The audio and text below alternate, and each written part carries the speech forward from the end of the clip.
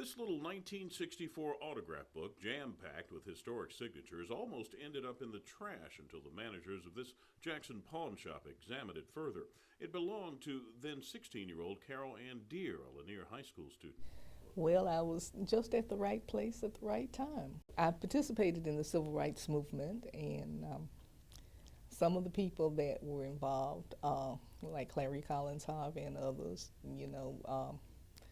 always kept me under their wing and mentored me. And when something of interest would come around, I would be there, and I'd get to meet people and get autographs and take pictures. Deere was one of dozens of students from Jackson area high schools who staged a walkout that year, ended up under arrest and transported in garbage trucks to makeshift holding facilities at the state fairgrounds. It was an exciting mood and a restless mood because young people were tired of being second-class citizens. They wanted to do something to make a change in the history and make a change in what was actually happening in Mississippi. And young people, we decided one day at Lanier, where I'm a graduate of, we decided one day to just walk out of class and show that, hey, we're not going to take this anymore. And it happened, and it's kind of snowballed from there. And apparently caught the attention of some very powerful civil rights leaders. Yes, it did. Weren't your parents a little bit concerned about you guys doing that?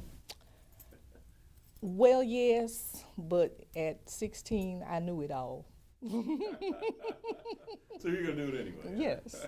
She says she got the autographs at different times and locations like Memphis, and at least one is the signature of a freedom rider from Massachusetts. So how did her treasured collection end up in a pawn shop? Deere survived the turbulent 60s, only to be victimized by thieves now, while she tried to recover from cancer. I went to the hospital supposedly for a 5-day stay, and it wound up being more like 5 months. Someone broke into my house and proceeded to take everything, including that book. I contacted pawn shop owner Nick Fulton to let him know what happened. I couldn't think of anything more on my mind than to get that book back to her. So a meeting was arranged here at WLBT, and the little autograph book packed with signatures of some of the giants of the civil rights movement is now back in the hands of the one who collected them. Ms. Deere? Yes. I believe I have something that belongs to you. It's just a humbling experience. Having the three of us, together, everything had to line up just right.